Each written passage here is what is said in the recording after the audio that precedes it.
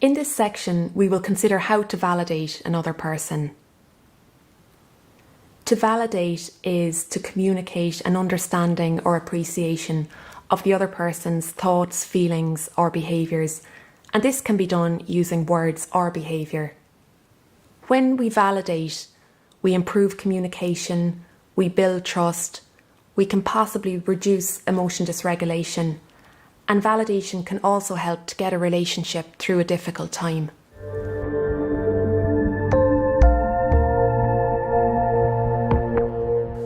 Validation is communicating the legitimacy of the other person's experience. Another person feels an emotion, has a thought, something he or she wants, or they're doing some activity, and our response to that is saying, that makes sense. Validation is really quite different from praise, although I think people sometimes misunderstand the two. Praise means you like it. Validation means you understand it, and it's legitimate.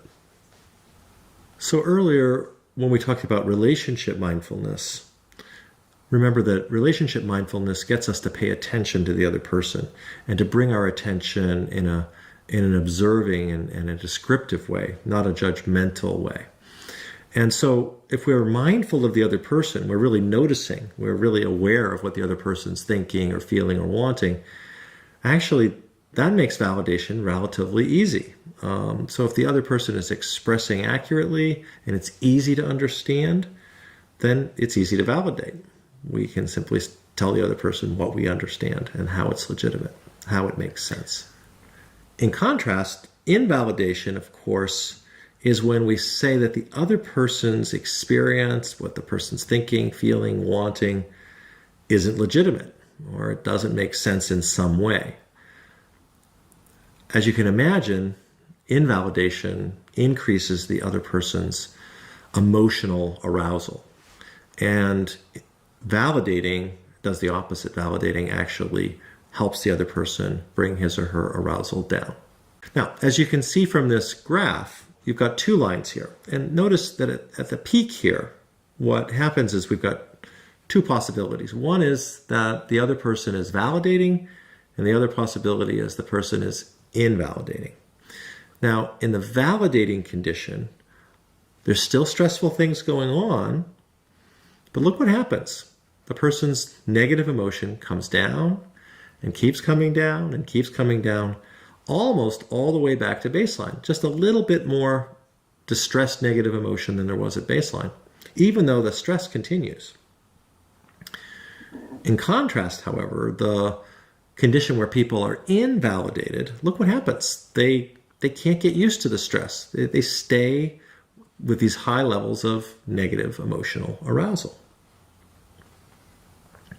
This is a little bit like life. You have a hard day at work, say, and you come home and somebody, maybe your partner or friend, somebody says, how was your day? And you say, oh, it was a terrible day and I'm feeling really frustrated and I'm really tired. And maybe explain a little bit about that. And the other person says to you, oh my goodness, of course you'd feel that way. Oh, yeah, sure. That does sound like that was a really hard day. The stress is still there. This hard day still happened, but now it's starting to be different. You feel connected and some of the arousal goes away. In contrast, if you said, oh, I had this really difficult day and I'm really tired, and the other person said, well, I told you this job was going to be too stressful for you, it's very hard to feel better. It's almost like that's another stressor on top of the stressors that were already there. So what this graph tells us is that validation is a really powerful tool. But I want to emphasize it's not the form of validating that makes it powerful. What makes it powerful is that you take the moment to really understand how the person's experience is legitimate. When you really understand that, communicating it is actually fairly easy. It is important that we only validate what's valid.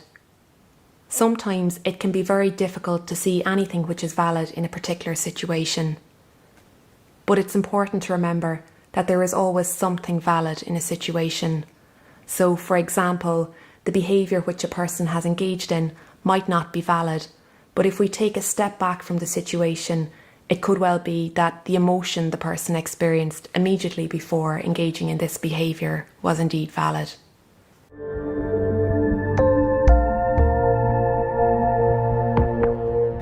The good news is that, some of us aren't so verbal. We can't always think in complete sentences, and especially under pressure.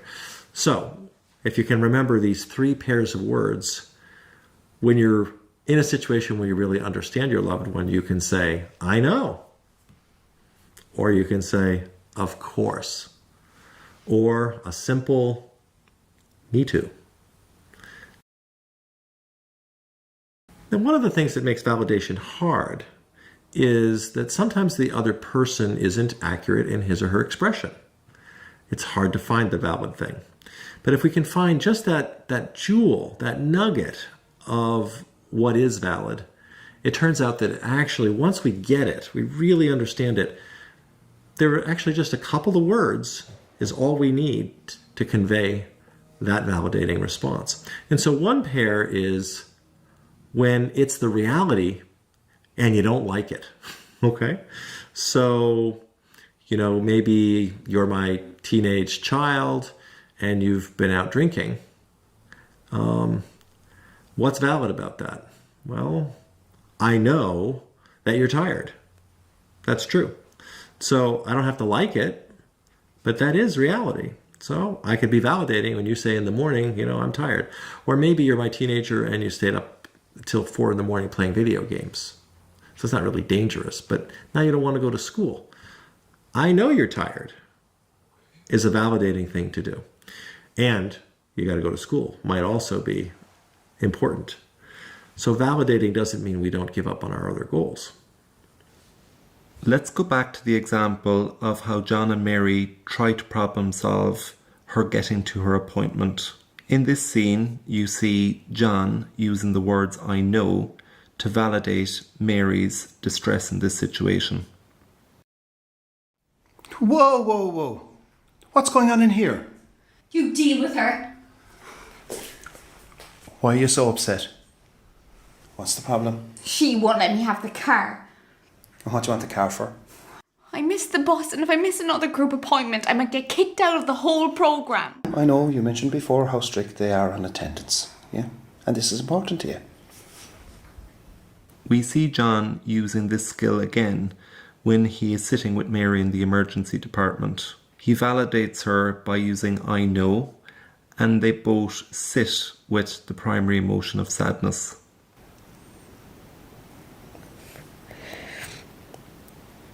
I don't want this to keep happening. I know. Neither do I. But we're in this together. And we'll find a way through it.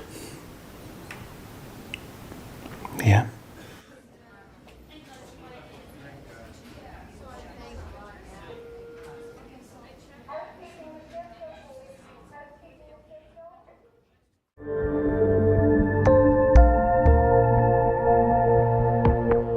Another 2-word pair has to do with when we recognize that what the other person's thinking or feeling or wanting just makes sense because it's normal. Anybody would want that.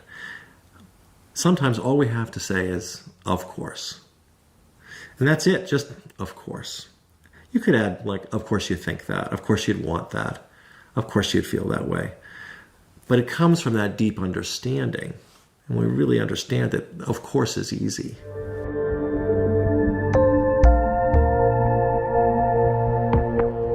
Sometimes we're in conflict with our loved ones. Maybe your partner has been arguing. You and your partner have been arguing for all evening, or on and off for weeks or months.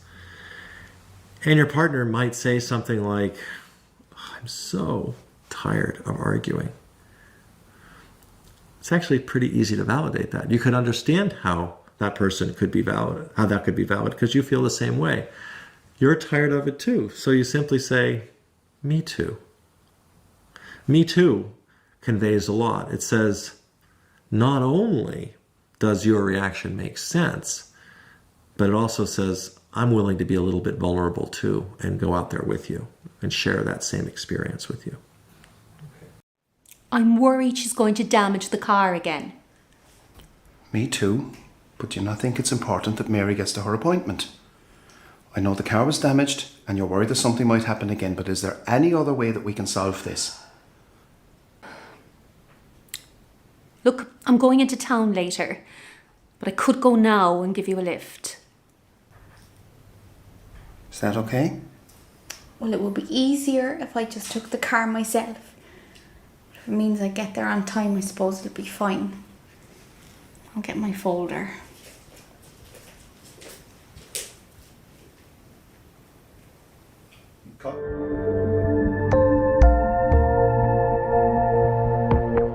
Throughout the program, we have learned how relationship mindfulness is key to responding more effectively in difficult situations.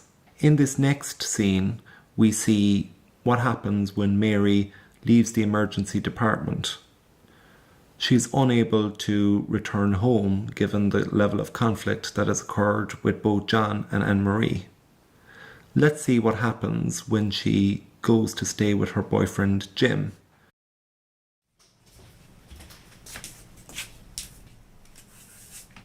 This place is a pigsty. Oh, I'm a pig, am I? That's not what I said. You're constantly overreacting. I'm sick of these mood swings. If that group isn't helping, then maybe you should just up your meds. Oh, my meds. All those doctors do with their pills is throw crap against a wall until something sticks. So that if you're the wall, you just end up covered in crap. So I've got enough to be dealing with without having to clean up your mess as well. So why don't you just get up off your lazy arse and start cleaning up? Well, at least I've got a job and a place of my own. Who are you to come in here and tell me how to live my own life? Who am I? Who am I? Well, I guess I'm just your crazy girlfriend then who's walking around the place with her head underwater. Whose heart feels like it's going to explode in her chest, and all I keep thinking of is finding a quiet place and a way to stop all this.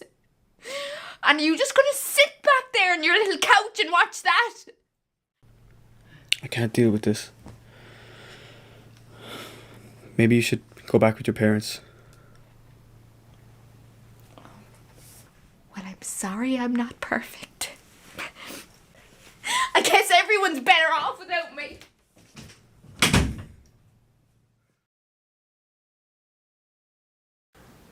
Let's look at this scene again when Jim is more mindful of Mary and her vulnerable emotional state.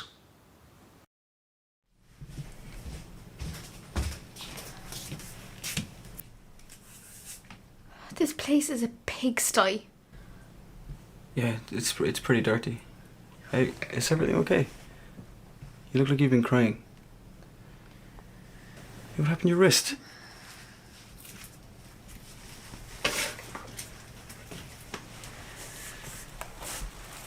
I had to go to the hospital again. I couldn't go back home because I had a huge row with Mum and Dad. Oh, I'm sorry. That's awful. Are you okay? I just had to get away from them, you know. I can't stand the way they're just trying to control me. I know, I get it. I understand. And you know that if you need space, you can stay here as long as you like. Okay? You can help me clean up if you want. Oh no, you can clean up. I'll watch TV. Alright, I'll get you a cup of tea first, okay?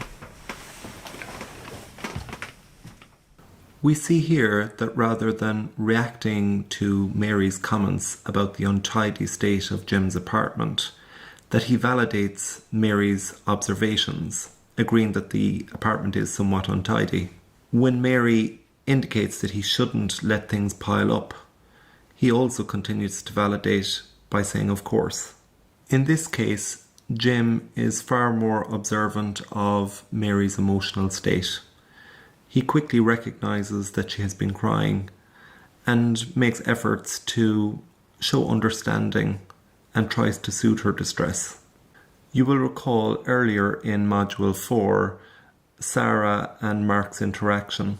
You will remember how Mark could not understand how Sarah could behave in such a way, given that he has done everything that he possibly can to support his daughter.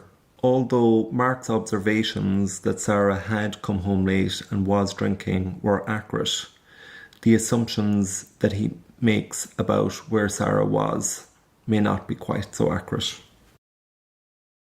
What Mark does not know is that Sarah had drunk too much, but as a result put herself in a risky situation where she was sexually assaulted by a guy that she'd met in a pub when she got separated from her friend who'd left early to go to a party.